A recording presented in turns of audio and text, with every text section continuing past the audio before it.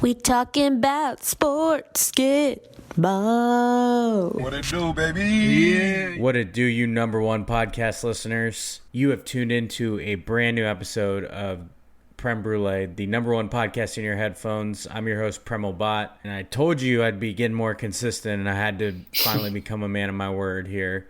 So here we are, you number one podcast listeners. You deserve it. I'm finally delivering here. For this episode, I'm joined by my big cousin, Roshan Bhatt. Yes, sir. Thanks for joining me again, bro. Of course, always. Yes, sir. We got a lot to cover today, but we know the drill. Before we do that, let's cover our sponsor for the episode, and this one's a special one for you too. So, yes, sir. This episode is sponsored by Mark Drew. Be sure to check out his new EP, Undrafted. It's available on all streaming platforms. He's a rapper, producer, artist, and overall good dude. You can find him on Instagram at MarkDrewHTX. That's MarkDrewHTX. Give him a follow, and most importantly, go support the Fire Project. Mark Drew, what it do? Yeah, man, I've known Mark forever, so it's cool to see him reach out to you and have him support this podcast. Yeah. We're supporting him. I've known him for a long time. He's one of my brother's longest friends. They live together and all that shit. So it's cool to see him doing his thing. And yeah, definitely go check that EP. Yeah. It's Big Bot brand certified. You already know. Yeah. Only the finest for the number one podcast in your headphones. So, and stay tuned for a snippet of one of my favorite songs from the project to close out the episode. We got the all clear from Mark Drew himself, so wanted to give you number one podcast listeners a taste, and hopefully you'll go support him. We'll link that in the description too, so happy to support. Anyway, let's get to the content for you number one podcast listeners. Without further ado, you know the drill. First up is Yeah Fam or Nah, and I'm going to read you some headlines and want to get your take. Yeah, we gotta talk about who. The artist soon to be formally known as King Snake. We still don't have a nickname for the guy. Vish posed the question to us. We haven't decided on one. We haven't landed on one. I'm sure maybe it'll take his next antic for us to figure it out, but we'll land on one. But anyway, KD trade update. Still no deal imminent. The latest news is that the Celtics have entered the chat. The trades are centered around Jaylen Brown.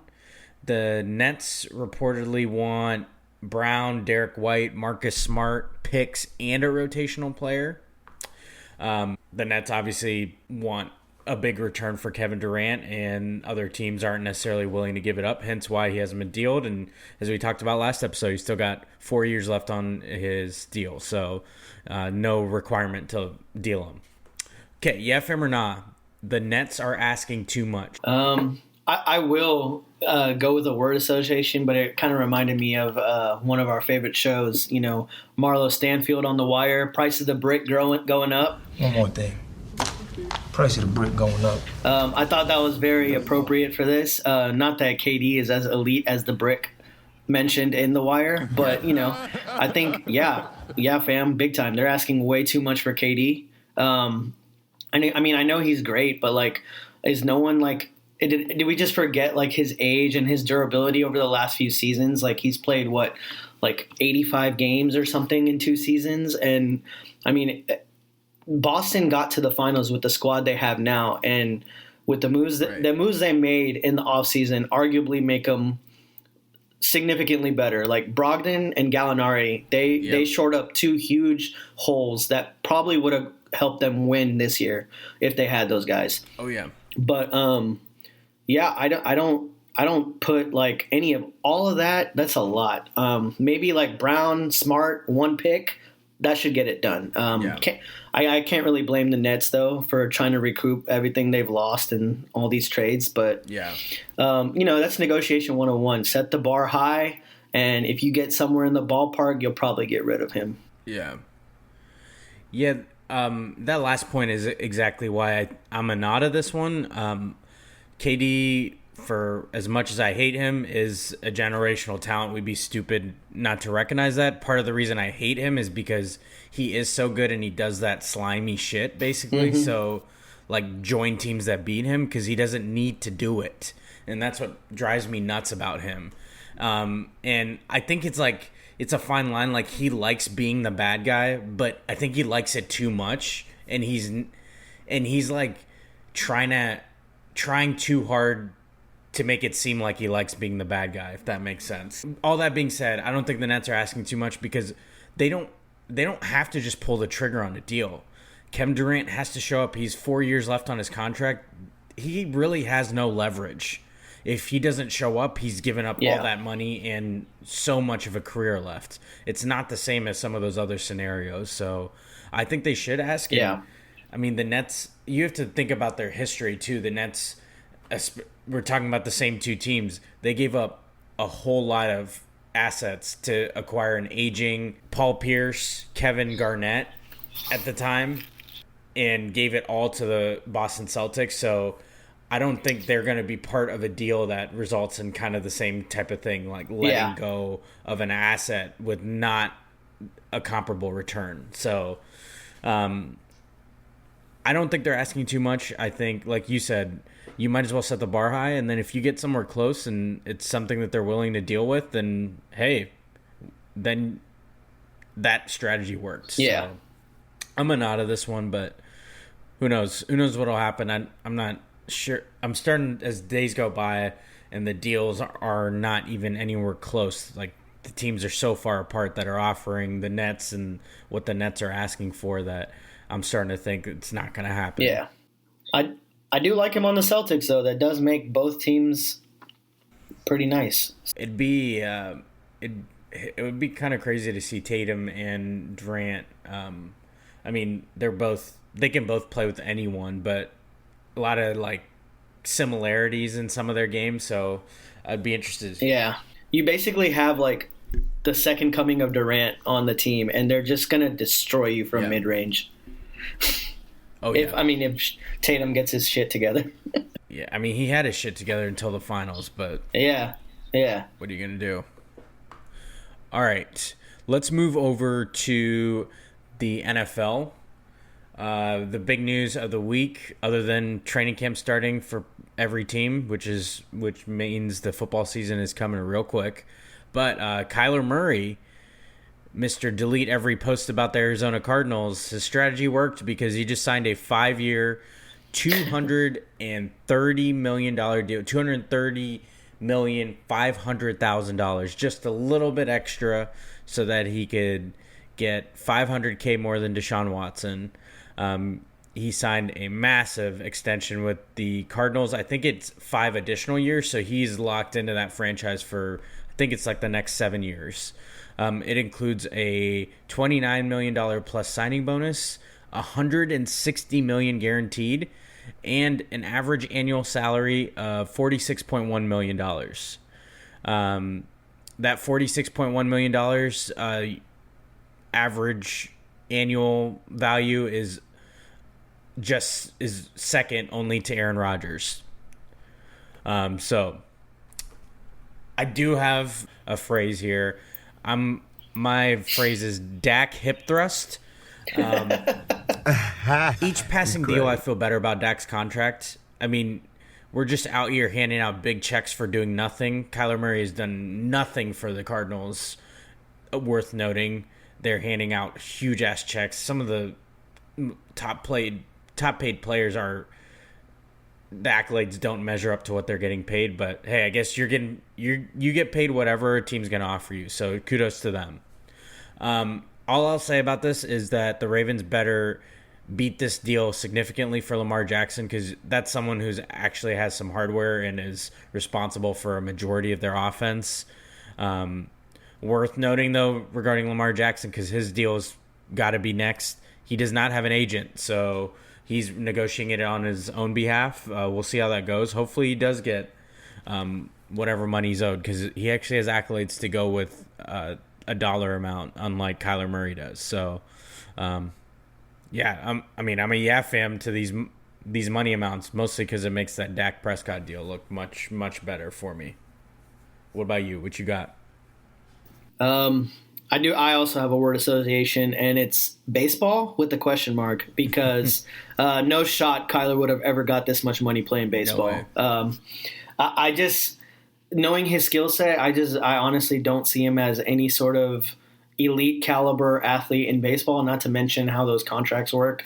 And you really have to like prove yourself to get a $230 million deal, much or less $230 million over 5 years. Like that's nuts. Like there ain't no way he's getting that money. And, you know, like you said, like these guys are just getting paid. These quarterbacks are just getting money from these teams. And that Dak contract is looking pretty nice because they both arguably have the same level of accolades.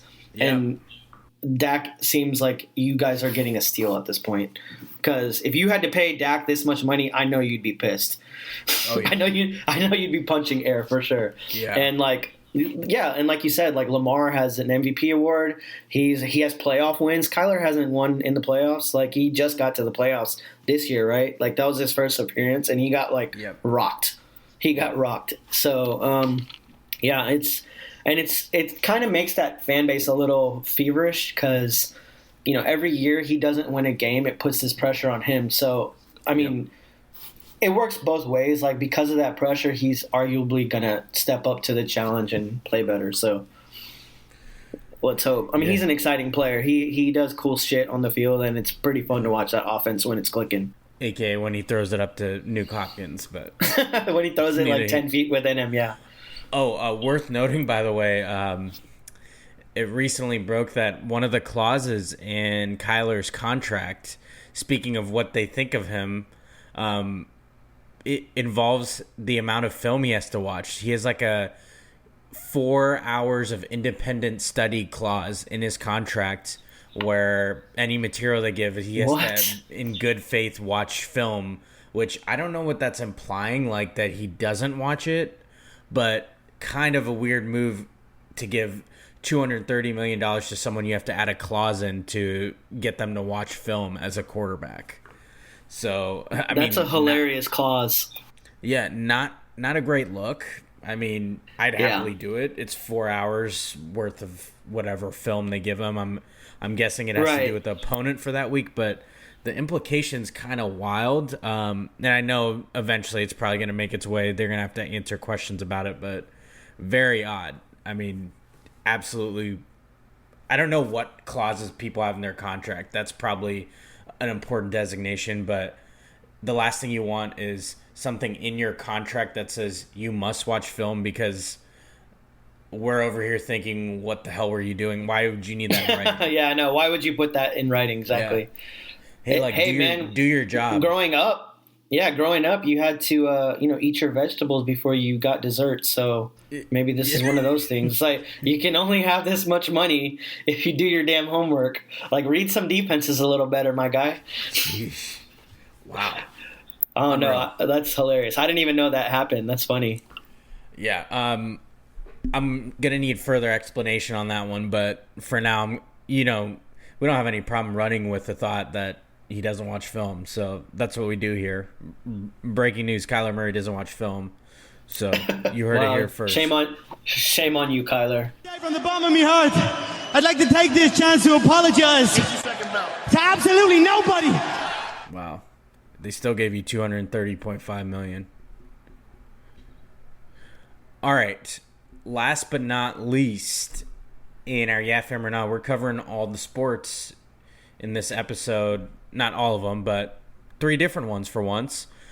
Yeah Fam or Not, Juan Soto gets traded at the deadline coming up very shortly. So before I get your take on this, a little bit of background. This is per Dane Perry of CBS Sports. The Cardinals are one of the teams reported to have interest in Soto, along with the Padres, Dodgers, Yankees, Mets, Mariners, and others. I'm assuming others means every other team because breaking news, you do want Juan Soto on your team. So, congratulations. You played yourself. St. Louis may have the most alluring package of players to offer. That's according to CBS Sports, though. And then the other thing I have noted here is this is from Ken Rosenthal. The Nationals, according to Major League sources, are telling teams they want 4 to 5 top young players for Soto, a combination of prospects and major leaguers with low service time. To meet that price, one club official said, you would have to rip up your farm system, end quote. So, all that. Yefim or not, Juan Soto gets traded. What are your thoughts? I think absolutely he gets traded. That it doesn't matter like what they want. There's always going to be a team willing to give that to him. Oh, and the Nationals don't give a fuck who does it. This makes it a lot more unlikely that a true contender gets it because, like contenders, I think the only real contender that has the farm system that could probably match that trade is the Yankees. And that is a great trade for them because all indicators point to Judge walking. And if they trade for Soto, there's no way he's staying. There's just no way. That's too much money to share, and he's just not going to do it. So also, I'm honestly pro the Yankees getting him. Like that's great because that destroys their farm, and Judge walks. Yep. And it's just basically a 1-in, 1-out, and he has a couple of controllable years. But other than that, like the teams that are going to be willing to trade that, yes, you want Juan Soto. He's like 23 years old. Yep. Like you're going to have him, and more than likely, if you trade for him, you're going to be like, I'm only doing this if he signs 10 plus years. So yep. And you're going to give him the bank that he wants. So, I would do it in a second. Fuck the farm. and the bank that he turned down with the Nationals. So, worth noting. Which wasn't, yes, it's stupid to say it's not a lot of money or say it's not a good contract. But, 14 years, like, his average per year is less than, some of these, mid players. Like, fucking Bryce Harper's going to make more than him. Like, all these players, way past their primes. Bryce is still good, but come on, I wouldn't take that deal either, and I wouldn't want to be on the Nationals. He's a moneymaker. He's going to be on a big team if it's up to him. So you should trade who's going to give it to you. If the Astros could get him, which they don't have the chance, they don't have the farm. I would not care about that farm. There's no way. Right, because we're over here, we're fans of the MLB team. We're not over here worried about the minor league team. So I'm not going to the AAA games. Yeah. Oh yeah. Yeah, I don't care. Yeah, I think this is an easy one. I think Yefim, he gets traded. They have such a hot commodity that they're gonna get a pretty major return no matter what. They want a few of each thing. If they get one less of a prospect and one less of a rotational player, the Nationals are still going to take that because they know this guy's not staying. So you might as well get something for him. Yes.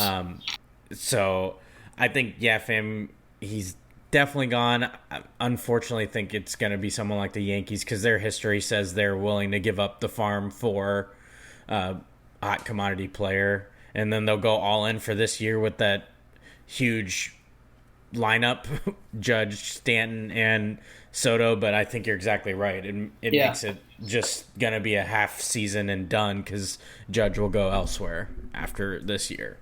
He's already hinting that. So yeah, he turned down another deal before. Yeah.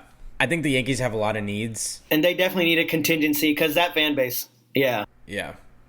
Anyway, I dig your fuck the farm. I'm with it. Who are we rooting for? Win now, forever, man. Amen. Yeah, win now. Yeah, nothing's guaranteed. Anyway. I can tell you, 6 years ago, I was rooting for 110 loss team a year. This shit does not last a long time. So no way. You gotta take advantage of it. Literally does not last long in any sport. The Tom Brady's an exception. Yeah. But most of the time, think about it. A few years ago, the Eagles won a Super Bowl. It just doesn't happen like that. You don't always get that. The Lakers just won a title in the bubble, and they didn't make the playoffs with LeBron James on their team. So nothing's guaranteed. Make the deal. Go for it. What the fuck does it matter? Because I'm thinking about this I would love for the Cowboys to do that. I don't think I'll ever see a title in my lifetime at this rate. It's I would... You tell me I'd have to watch losing season for the rest of my life, and if I get one title that I get to fully experience, I'm taking that every time as a fan. Yep. No doubt about it. All right. Let's go to the main event. You know what you came here for. You played yourself. Let's hit that intro, baby. I'm petty as hell. And I'm super petty. Here we Petty Le Pew. All right. It is time for You Played Yourself, Roche. So first up, we have the Los Angeles Angels. You played yourself, Angels. 2 generational talents, allegedly. You can tell me about wins above replacement, but these 2 generational talents aren't producing any results. And people hate when I say that. It's the ultimate, like, ignoring stats take of a baseball fan, but I don't give a shit because they got 2 generational talents and they still miss the playoffs perennially. They've lost 14 out of their last 15 games when Shohei Ohtani is not their starting pitcher, and they are 13-32 since June 1st. That is the worst in Major League Baseball. So you played yourself, Angels. You got something to add about this? I know you feel this too. Yeah, I mean, I can't hide it, man. I love to see it. Like they're in the Astros division. This is great. You know, most pundits and analysts pick either the Angels or the Mariners to win the division. You know, as if they forgot who their daddy was. Need I remind you who the daddy was? Amen. You know, it's just I just can't understand how you have a guy who can come in, win a Cy Young and an MVP in a year if you split his seasons up. Like, there's nothing that tells me he shouldn't be the MVP every year just until he retires. Yeah. Because if he continues pitching like this, he's putting up relatively Cy Young numbers and batting like insane numbers. Like I just it's frustrating to watch him because I've seen games where the Astros have played him and he's single-handedly been the only reason they've won. Yeah. And like it's hard to watch as a fan of baseball. And you know, like it's funny to watch like the coverage of SportsCenter and Twitter and stuff. Like they just try to highlight these things, and it's so hard to see them get their ass whooped when they're just doing these crazy things. There's like that crazy tweet that comes up every time. I'm gonna find it real quick just so I can read it because it's so good, and it sums up this team in like such a funny way. It's like it was a guy named @MattTomic. And it says, every time I see an Angels highlight, it's like, quote, Mike Trout hit 3 home runs and raised his average to 528, while Shohei Ohtani did something that hasn't been done since Tungsten Arm O'Doyle of the 1921 Akron Groomsmen, as the Tigers defeated the Angels 8-3. It's so good. Like, I'm like, that cannot sum up the Angels more. Like, these guys are doing, like, insane things. And they, I remember the Astros played the Angels for a series, and I watched one of the highlights on SportsCenter because I missed the game. They showed a Shohei home run, which was in the top of the first. Yeah. And then they lost 8-1. I remember that. But that was the only highlight they showed. They showed 0 highlights from the Astros. They showed Shohei's home run and then the final score, and it's like, oh shit, they lost this game by 7 runs. Ohtani goes yard in the first. Final score 8-1 Astros. and they were held to a 1-hitter. It's fucking pathetic, man. It's so bad. Like, you should not be allowed. They should trade him as soon as possible. Yeah. Yeah, let him win. Like, this guy deserves to be freed, man. Yeah. SNH, man. We should start the free Ohtani. Free Ohtani. SNH. No, free Ohtani, man. He doesn't need help. They're in the division. Like, send him off. Yeah, that's true. He's going to be a Dodger anyway. It doesn't matter. Yeah, it'd be annoying. He wouldn't even have to move, and they whatever. Yeah. Anyway, you played yourself, Angels, forever, and I would not come off that hill. I'm sure we'll talk about Mike Trout here come October because he will be a fan in the stands of Eagles games. So look for that, like he is every year. Anyway, next up, you and we had to do this one. I mean, this has Petty Alert written all over it. You played yourself to Seattle Mariners fans on Twitter.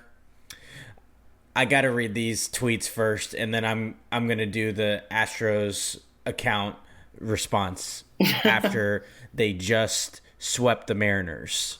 Okay, first up, we have @AlexSSN. Who? His tweet said, listen, T-Mobile Park is sold out this weekend. We're playing the Astros. This stadium, that staff, they're not used to a full house.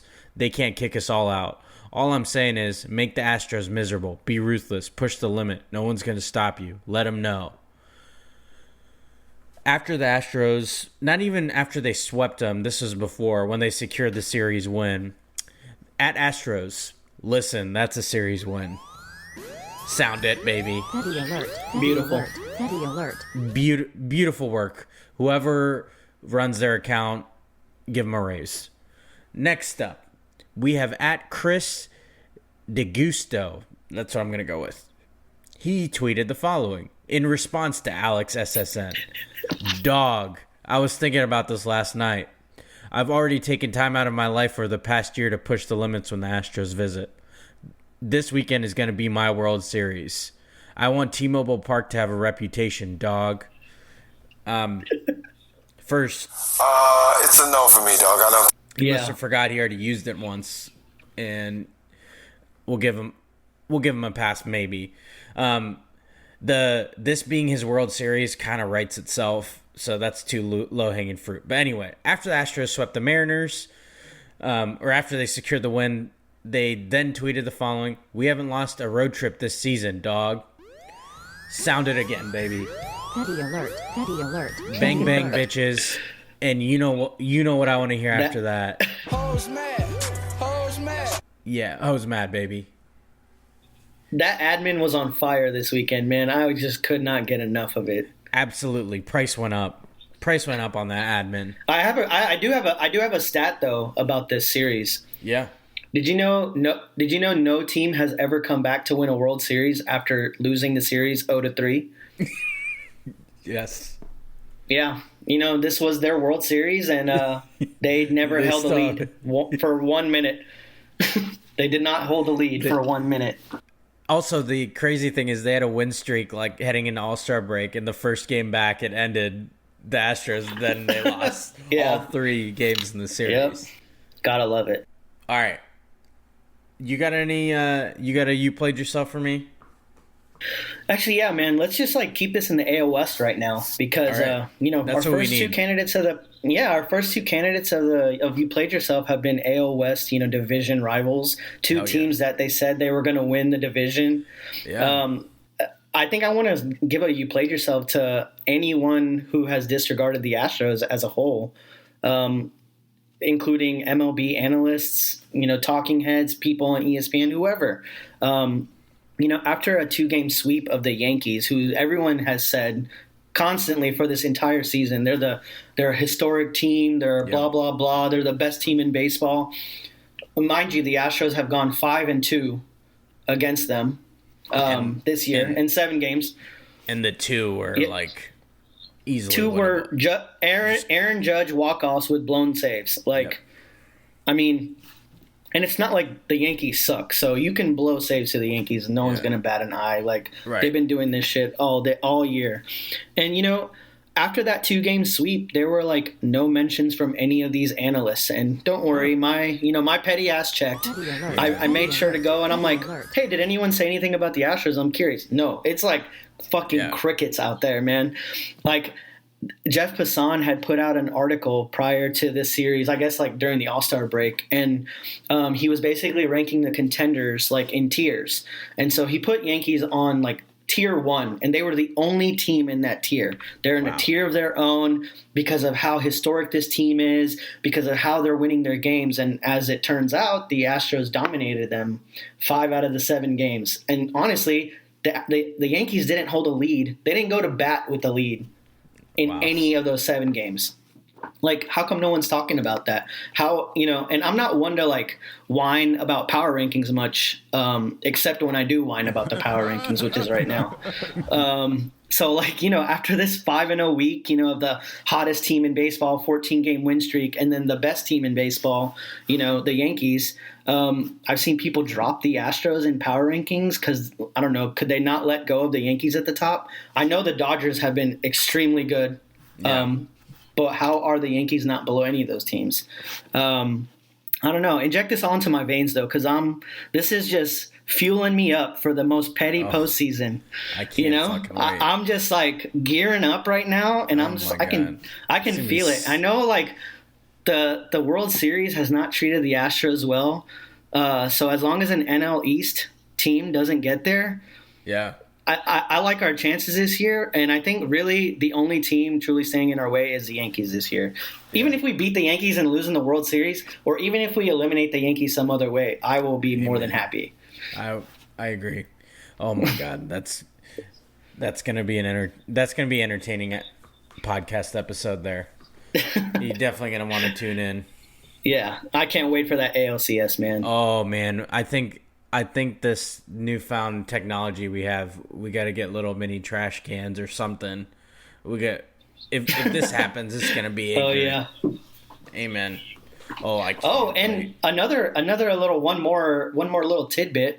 After these 2 games that they lost, a lot of their beat writers and stuff were like clamoring for the Yankees to go and get Juan Soto. Like, yep. As if they are not in a historic year. They don't have the best player in the game, all this stuff. Yeah. They have the MVP frontrunner. You need to add a generational talent. Yeah. I'm like, come on, man. I can't relate. We have like the AAA Astros right now kicking your ass. Love to see it. Love to see it. I will say their fans, I think they're like obviously exhausted from they haven't won in so long that they're very critical of this so-called historic team. Yeah. I know a lot of Yankees fans that are really focused on what improvements they need to make at the deadline. So, and I think Juan Soto is a luxury, but they have more pressing matters, clearly. Yeah. And it starts on the defensive end and the pitching staff. It doesn't have anything to do with their offense. So, for sure. Anyway, who knows? We'll see what happens. I can't wait for the playoffs. Hopefully we get to talk our shit, because us getting to talk our shit makes it more entertaining for you number one podcast listeners. You already know. Yeah, and that'll be a future podcast title too, the Petty Postseason. Amen. That's a good one. And yeah, you put gotta it this remember way. that. You guys love seeing my team lose on Sundays in football, but on the flip side, it makes it more entertaining when our baseball team wins. So yeah, I'll take it. I'm sure you'll get both. Okay, I'm going to go over to college football really quick, just because, Zeke tweeted this thing, and I thought it was kind of funny, and I think a few NFL players retweeted it, but he's like, pro football focus is for people who never played football. And I was like, all right, of course, an athlete hating on like an analyst, whatever. But then Pro Football Focus college rankings released their top 10 college football QBs. And this was via Anthony Tresh. Don't know who that is, but he's part of Pro Football Focus, and they published it. This list has C.J. Stroud, Heisman finalist from last year, C.J. Stroud, 4th.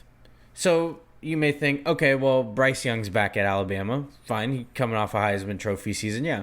But who else is there? They put Caleb Williams, the former Oklahoma, now USC quarterback, and Spencer Rattler, the guy that was replaced by Caleb Williams at Oklahoma, is now a transfer at South Carolina.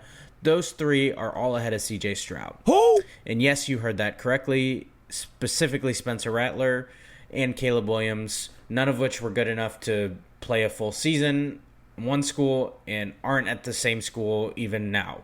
They are both ahead of C.J. Stroud. The only one, frankly, that should be is the person who won the Heisman Trophy, and I don't even necessarily buy that, because we're going to come around the NFL draft next year, and I think a whole lot more teams are going to have C.J. Stroud ahead of Bryce Young in their rankings. And teams are going to be fighting for both of them, don't get me wrong, but C.J. Stroud has everything you'd want out of a quarterback and the stats to prove it in his first year as a starter so far last year. So I guess we'll see. I love the bulletin board material. We were talking about it earlier. Like, inject this shit into my veins, because like literally makes no sense, but here we are. It gives material for the off season. I was listening to you say this, and I'm gonna go ahead and personally not agree with this take, your take rather, and I'm gonna tell Pro Football Focus that they didn't play themselves. Wow. Because I would actually love for them to rank CJ a little bit lower. let me explain. I know the Texans are going to go ahead and win like 5 games for absolutely no reason this year. So I would prefer CJ Stroud to slide down the draft board. That's my future QB1. Yeah, he sucks, man. He's terrible. Why is he even in the top 10? Go Bucks, but man, he stinks. Wow, he stinks. He stinks much. Man. That's my future QB1, bro. Don't give him too much credit. I like that strategy. I dig that. Yeah, man. I dig that. I'm trying to manifest some good in the city of Houston's football team because they've had a rough few years. I would love that. We could use Stroud. Use Stroud, man. I would love that for you guys. Yeah, man. Did I have you going for a little bit? Were you like, what the fuck is he talking about right now? I was like, damn, this is taking Zag to a whole nother level. This is a Go Bucks podcast. He's like, damn. He's like, damn, it'd be your own family, man. Shit. All right. You got another one for me? I do, actually. I want to give a You Played Yourself to 2 specific people. 2 wide receivers in the NFL that have switched teams and for some reason have taking on these new personas of wanting to be in the news. Devontae Adams and Tyreek Hill, your time is here. Guys, you are on You Played Yourself. Wow. I cannot remember a time when Devontae Adams was ever in the news for saying anything. No. He doesn't seem like a guy who's ever said anything. That dude is a true baller. Tyreek Hill has only been in the news for horrible shit, like, stuff you don't want to see news about. So it's weird to see them get headlines, and it's because, they've moved on from their quarterbacks, Aaron Rodgers and Patrick Mahomes, respectively, 2 of the league's best quarterbacks. And I'm going to stick with Devontae Adams first. Quote, in recently, this is like, I guess at training camp or whatever it is, quote, anytime you change quarterbacks from Hall of Famer to Hall of Famer, it's going to be a little bit of an adjustment. And I was like, who's the Hall of Famer on Vegas? Because you surely can't be talking about Derek Carr, right? And, Adams has already walked that back. I guess someone had followed up a question and he's like, I knew you guys were going to say something. Like, no shit, man. You said Derek Carr was a Hall of Famer. Yeah. Quote, what I meant to say was, even if you go Hall of Famer to Hall of Famer, it's an adjustment. Even if it's a Hall of Famer to Hall of Famer, there's going to be an adjustment. I wasn't saying Hall of Famer Aaron to Hall of Famer Derek. So no, I'm not retracting my statement at all. I mean, that is the most shitty walkback I've heard in years. That's terrible. You're not retracting your statement, but you are retracting your statement. Yeah.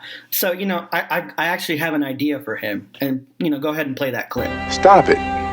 Get some help. And it's like, why do guys who are clearly chasing contracts, no one goes from Aaron Rodgers to Derek Carr. And I know he got traded, but, no one goes from those 2 quarterbacks to improve their chances to win the Super Bowl. Why are they trying to pad their PR stats?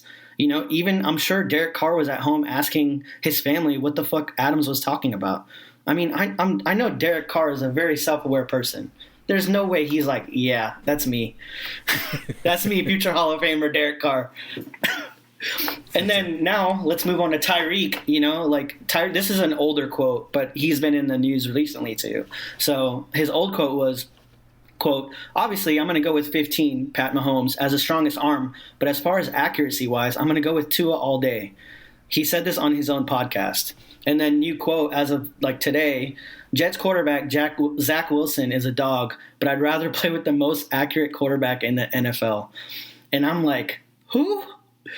You talking about Tua, man?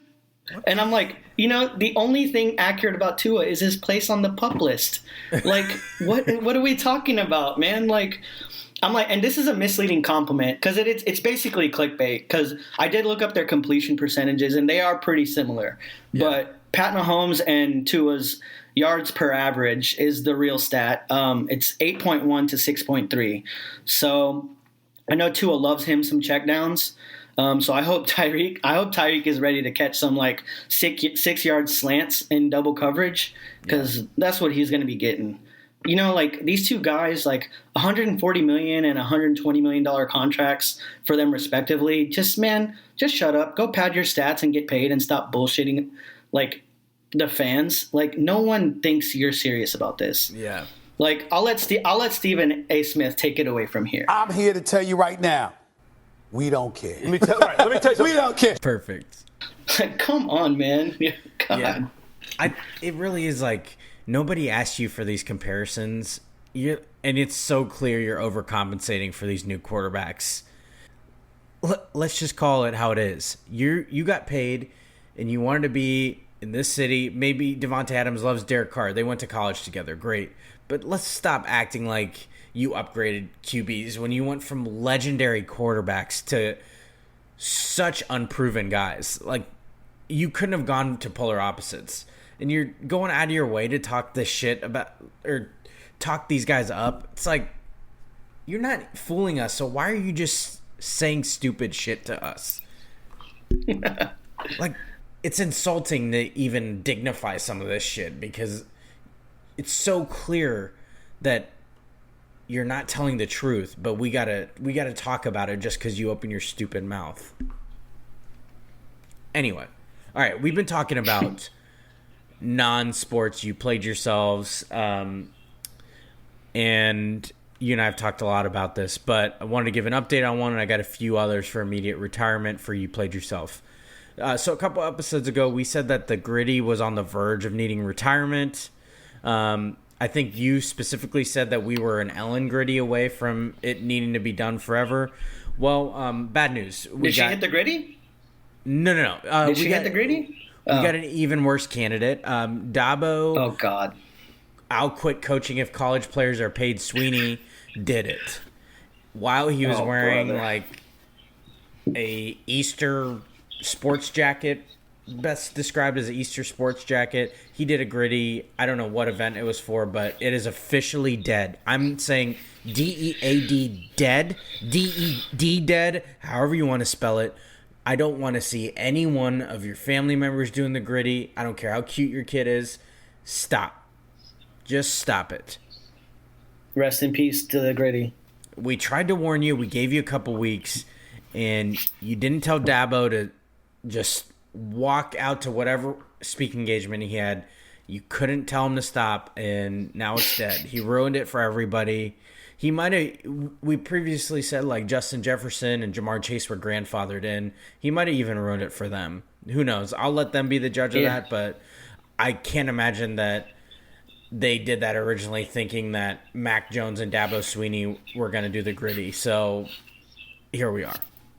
You got any for me? I got a couple of like internet things that I want to kind of submit for retirement. I don't know if you've seen these Little Miss memes on Instagram and all this stuff. How could you not? These fucking memes suck, man. They're awful. I am self-proclaimed. I enjoy memes. You know, I am the meme king in most of my circles. You know, I love me a good meme. These are awful. I do not see any merit in them. I think they're horrible. And you know a meme is bad when big brands catch on, like within 24 hours. Like when you got LinkedIn posting a Little Miss meme, that meme is like DOA, baby. Like that, like these guys are trying to have fun in the name of capitalism. Man, just fuck off and make the pizza and make the products and just leave us alone with the memes. This is all we got. Like, I'm a marketing manager, and I think these memes stink. Like, just save it. Like, these brands need to just shove it, man. Tell their admins to just cool it. And kind of like in the same vein, another recent meme was like the she/he is a 10, but, and like they would list out like bad traits or something. And I'm like, is this funny to people, man? Like, is this what is passing off as like viral trends these days? Like, what happened to these viral trends? Like, they used to be pretty good for the most part. And I saw a tweet. I don't know who tweeted it, but it was saying something like, whoever's in charge of these viral trends needs to step it up because these memes ain't it. These ain't it. And I couldn't agree more, man. Like, these are just awful. Like, listen, I would say, like, I'm pretty much a hater. Like, let's face it. But these are objectively bad. And you're right. As soon as these big brands start hijacking the trend that quickly, you know it's bad news. It's like, it is the equivalent of Dabo Sweeney hitting the Gritty. Like, it's that same shit. and it's some like no, not to be ageist or anything, but it's like some 50-year-old like mom or dad like up in the offices of LinkedIn being like telling their marketing manager, be like, hey man, you got to churn out a tweet about this cool trend going on, and that should be your sign that this meme stucks. Yeah, you don't have to do it. Just don't. Okay, sticking in the same theme, my next candidate for retirement, and listen, I think people are going to disagree with me with this one again, but, true geniuses see things before other people, so what can I say? What it do, baby? Listen, I'm not on TikTok, but Instagram is basically becoming TikTok, and these fucking videos mashing up songs and remixing them are blasphemy. They'll take two great songs and try to mash them up, and it's like, how do you ruin a classic? By fucking messing with it. They're trying to put indie songs on the still DRE beat. Like, Dr. Dre did not make that hard-ass beat for you to have, like, a Lana Del Rey, like, wannabe sing over it. Like, he did not make that beat for that reason. Then they're putting Drake lyrics over Super Freak? Like, what are we doing? And then I saw one that was like, okay, they played Lost by Frank Ocean. It's one of my favorite Frank Ocean songs, right? Yeah. And it was like, okay, they're playing it. And then they come in and it's like some Shawn Mendes light cutting in and singing the rest of the chorus or the hook. I'm like, you couldn't just let Frank Ocean play? What was the point of that? Oh, and then I think the one of the worst ones was like, they took two really good songs. They put Little Baby lyrics over Seven Nation Army. Come the fuck on, man.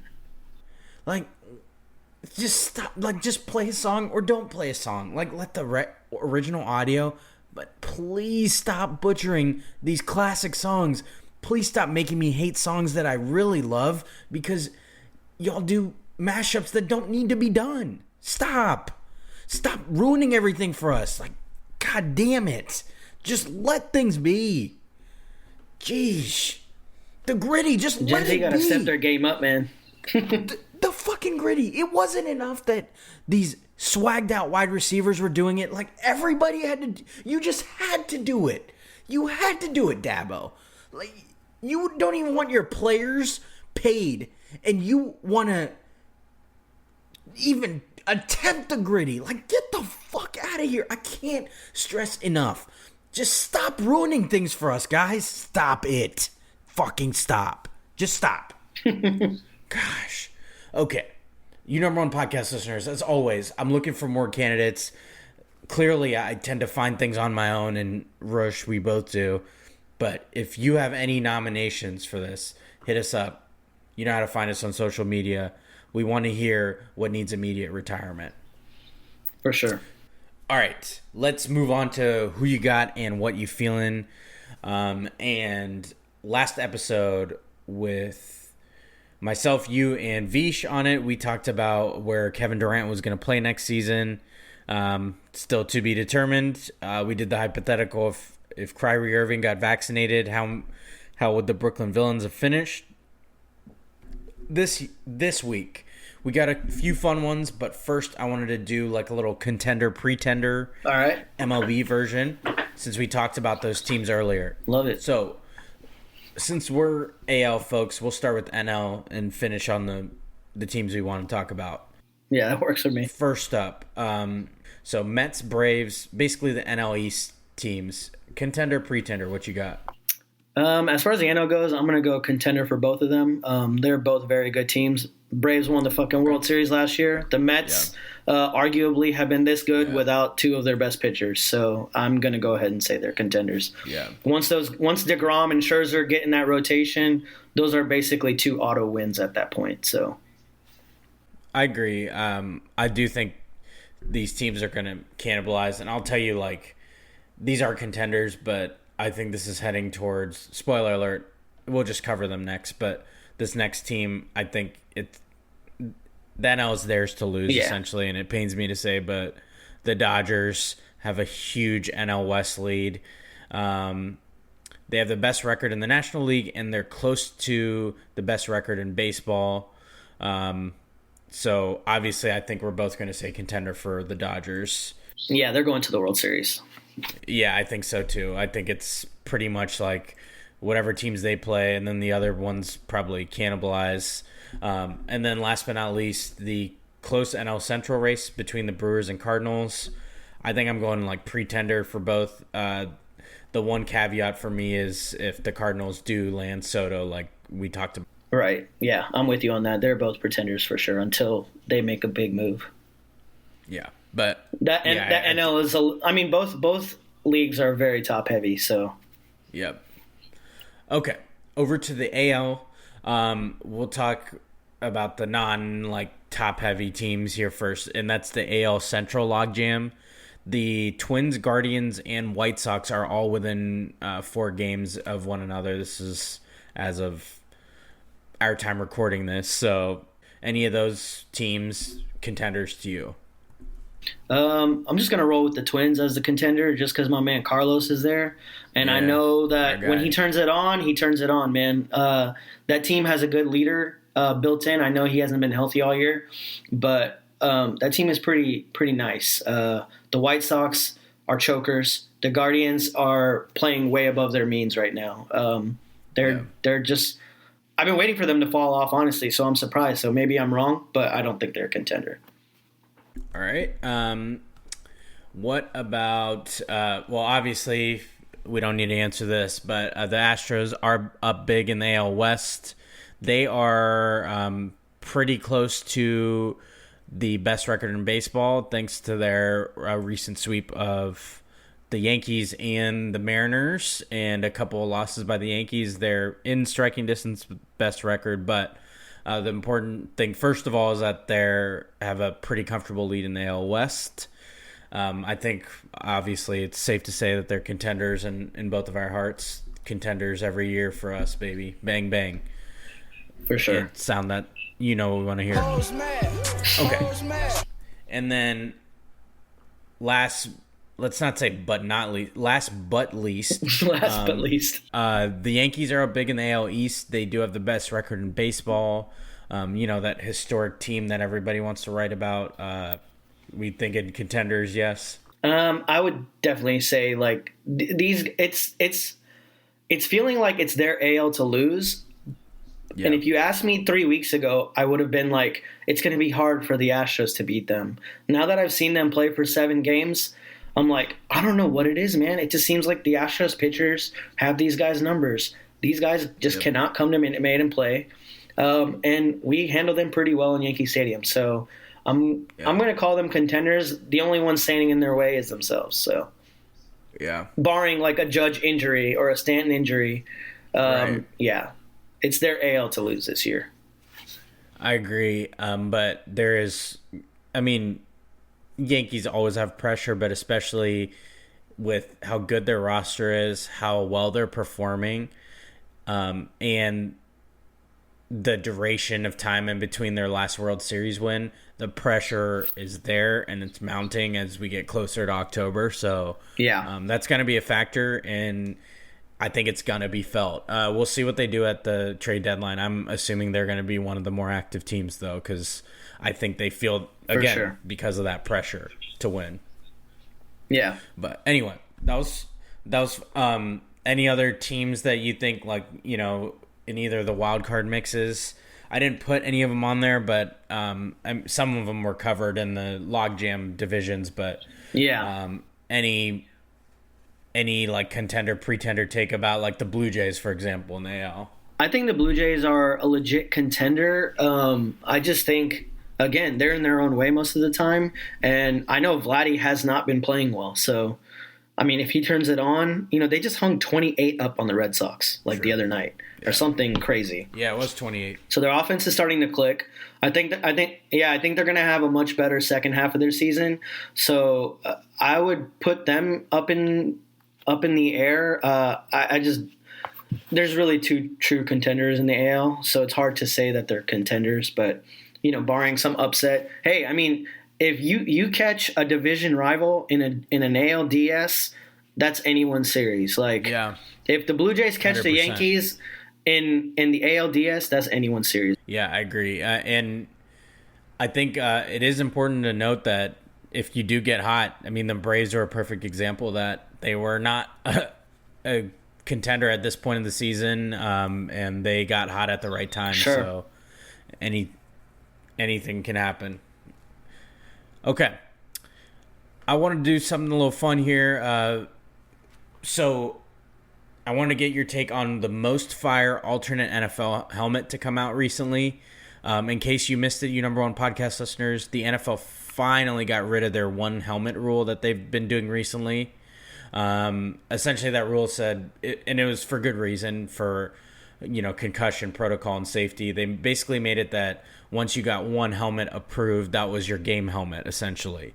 And it made it so that equipment managers couldn't, and teams couldn't do like alternate jerseys because they would have to essentially repaint every helmet, which is not possible. Most they could do is remove or add decals, which were kind of lame. But anyway, they got rid of that because obviously these equipment rooms have the capacity to handle multiple helmets and get multiple helmets approved, which was beyond me why they didn't get that. But anyway, with that came alternate helmets and the return of some throwback helmets. A lot of them have come out this week. Wanted to give a few of them, and if I missed any, feel free to tell me and pick it as your pick. But anyway, first up was the Bengals. They came up with they call it the White Tiger helmet. You may have remembered they had a white jersey, like an all white color rush, but they had to wear their orange helmets with it. But they came out the white helmet now. The Cowboys brought back their throwback white helmet with just like the plain star. You've seen it in years past, like on Thanksgiving games. I think that's the game they're wearing it. The Cardinals have a black helmet, and it's kind of wild. It's got like these red specks in it. Like it just looks like a black helmet, but there's some detail to it. Texans got a battle red helmet to go with that theme that they've had. The Panthers added a black helmet. I know I'm missing some, but who you got? That's pretty easy for me. I think the Bengals run away with this one. That White Tiger helmet is just icy, man. It is clean. Yeah, it's dope. The runner-up, I'd probably give it to the Panthers, who already had a dope uniform set and dope colorways. That matte black helmet is nice. Yep. Yeah, I think those are the two I was gonna go with too. I think that black helmet should be the Panther standard because black is one of their primary colors, unlike some others that use it at like their primary color. I think that should be their helmet. It looked very sweet. They didn't try to do too much. They didn't. The thing I liked about the Panthers helmet is that they didn't like do your generic white outline around the logo or silver outline to like almost make the logo stand out. They kept that black and blue theme to it. And like you said, they have some of the best colors, the best colorway, arguably in football. Yeah. But yeah, the White Tiger Bengals helmet, fire. It's like, don't do too much with it. They kept it simple, literally white and black. And the only bit of orange is that little block saying it's a Bengals helmet on the front of the helmet, which is beautiful. It's chef's kiss. It's going to look super sweet whenever they wear it. Okay. You wanted to add one to who you got since we're in these... I did. This kind of lull in sports. You had a fun one for us. What you got? Yeah, I got something fun for you. All right. I saw this online. And I'm going to add a little caveat to it because it was just a general question. But I don't want you to have a cop-out answer and say none of them because that's the true answer to this question. No. But if I were to give you $500, who would you rather take a charge from on an NBA court? All right. Okay. Your four choices are Giannis, LeBron, Zion, or Joel Embiid, and why? Holy shit. Okay. All right. Giannis, LeBron, Zion, or Joel Embiid? Okay, I think I'm gonna go Joel Embiid, and the reason is Giannis and LeBron are super lengthy, so they could catch you in a spot you don't want to be caught. Like, with one of their limbs, they'd just be sticking bone out a knee or elbow, and it hits you right in the family jewels, So Yeah, sure. I'm gonna go Joel Embiid because I think like he moves a little slower, so I can like kind of brace for impact. The other two are so explosive, and Zion just flat out like arguably like one of the hardest dunkers we've ever seen. So I think I gotta go Joel Embiid, but you're right. There's like no great answer. I'm not saying I could take a charge from him. I'm just saying out of those four, I'm going Joel Embiid because in my estimation, he moves the slowest and least explosive. All right, got it. It's pretty good. That's pretty good. All right, what about you? You got an answer? Yeah, my answer is Zion because he's going to probably sprain his ankle on the way, and he's not going to make it to me. Teddy alert. Teddy alert. Teddy alert. Oh, it's good. The Zion hate continues, man. I had to bring back the Zion. Double down, triple down. I was like, we haven't talked much NBA, and I was like, I'm going to throw this in there. Yeah, I was like, I know last week I said some real salty things about Zion, and I thought about it for a second. I was like, you know what? I'm going to walk that back. That was unnecessarily harsh. But instead, I just went the complete opposite way when I saw this tweet. I was like, you know what? I'm going to bring this up if I'm on the podcast, and I'm just going to double down on the slander. This is the true way of the number one podcast in your headphones. The true way of the bot family is, why would you walk it back? Let's double and triple it down. Absolutely. And just, it's gospel now. That's how we do it. But you know what? You already know the vibe. If he has a good year, I'm just going to take full credit for it because I gave him the adversity needed to, motivate him to become the superstar that he was expected to become. So in advance, you're welcome, Zion. Just like you did with Pena so far, Yes, sir. Yes, sir. Yes, sir. Love it. I love that addition to it, and love the hatred. I wouldn't say it's hatred. I wouldn't say it's hatred for Zion. It's like our version of hate tint, not hatred. Put it that way. It's just a little salty seasoning, man. Like that's all we're doing all the time anyway. Okay. Now let's move on to what you feeling. First up, what I'm feeling is Kid Cudi releasing a mastered version of his famous mixtape, his breakout mixtape, A Kid Named Cudi, on streaming platforms. Obviously not a hot take at all to say it's his best work ever. It felt so nostalgic listening to it, and it's still fire. And then personally, my wife and I got to take our son on his first flight and his first beach vacation thanks to our friends. So shout out Brandon, Sierra, and the Icons for having us in Fort Myers. That'll be something I'll never forget, and it was so cool getting to experience it through my son. So that's what I'm feeling. What about you, man? That's pretty great, man. Yeah, I saw the pictures. He looked like he was having a blast in the sand. Did he get in the water at all? Yeah, we took him in there.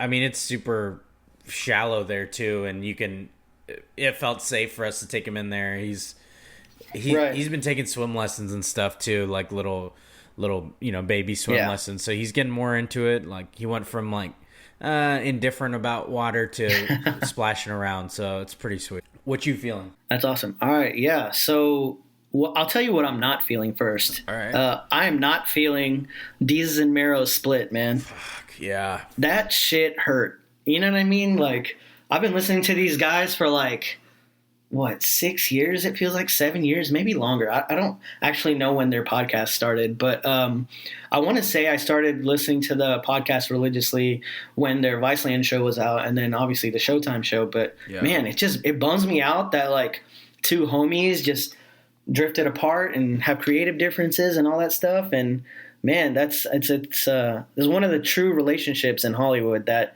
you thought was going to last the test of time. So I'm not feeling that, but I did see Severance based off of y'all's recommendation on the last podcast. Great show. Would definitely recommend it. I saw The Bear as well. The Bear was phenomenal. Yeah. Super good TV. Quick watch. 1 season, 8 episodes. I had a birthday. Yes, sir. Birthday was nice. Birthdays are always nice, even though I'm becoming more washed by the day. I feel that. So, and then there's been a lot of good music lately too. I got a few albums to just recommend real quick. Steve Lacy's new album, Gemini Rights. He's worked with, Tyler, J. Cole, Kendrick, and he's from the internet, so he's a guitarist in the internet. His new album is great. Brent Faiyaz's new album is great. A band, Gleamer, has a new EP, is great. And my favorite current album right now is by a guy, Barty Strange, and it's just like a kind of melting pot genre, and there's so much that album has to offer, and yeah, it's great. And I just saw Kendrick live like 2 nights ago, the Mr. Morale tour. Yeah. That tour was excellent. I'm going to be seeing him in Columbus here too. Yeah, if that tour comes to your city, number one podcast listeners, it's a little pricey, but it's definitely worth the cost of admission. And I know you brought up Kid Cudi. I just wanted to take this time to say, like, he walked off his stage at Rolling Loud because people were throwing shit at him. Yeah. Man, fuck those kids, bro. You talking to a guy who's been making music, since Kid Named Cudi came out, which was 2009 or something like that. Yep. And I think it was earlier than that. I think it was 2007. Yeah. And it's just the disrespect, man, that these young kids have to just like throw water bottles at a guy performing on stage. That, like, man, that's just like, I can't imagine being that disrespectful. It's such lame behavior. For sure. I dig that. So yeah, that's a long-winded what you feeling and what you not feeling. I dig it. You told me about the Bear. I got to check that show out. And then I'm always, you're my music guru, so I've listened. I think out of the ones you listed, the only one I've heard is Brent Faiyaz, so I can confirm that album was fire, but the other ones I got to check out. Yeah. All right. Without further ado, let's wrap up the episode with Too Much Sense. Let's play that sound, baby. All right, you number one podcast listeners, my Too Much Sense for this week is about being hypocritical to yourself. What do I mean by this? I am very guilty of this, but too often we show love, compassion, empathy, grace, forgiveness to other people in our life, but we don't afford those same qualities to ourselves. How often do we hear, I'm my own worst critic? And I get the sentiment, but I just want this to serve as your reminder to cut yourself some slack and hype yourself up more often. I know you're doing it for the friends and family in your life, but aren't you a hypocrite if you're telling them how great they are while doing the opposite to yourself? And that's my Too Much Sense for you to ponder and implement and at least catch yourself not doing it. If you're too hard on yourself, give yourself a break at least once this week. That's your daily reminder and a reminder for myself. Great stuff. Yes, sir. All right, you number one podcast listeners. I said I was going to get more consistent. This time I didn't need motivation to record again. I initiated it, so... You did, yeah. We're getting back in the swing of things. You number one podcast listeners deserve it. Man of my word, it took me a little longer, but... had to deliver for you because you all deserve it. Don't ever play yourselves. Number one podcast in your headphones. We here. Brand new edition. You know what to do. Share it with a friend, someone who hasn't heard it before. Remind a friend we're still here. Number one podcast in their headphones. They might have misplaced them, but tell them to find them again. We'll be back for another edition. But as promised, I hope you'll stay with me while I play a snippet of our sponsor for this episode, Mark Drew. I wanted to play you one of my favorite songs from his project, Undrafted, available on all streaming platforms, remember. This one's called I Don't Got the Time, so enjoy and go check it out wherever you listen to your music. Peace. Yes, sir. Peace.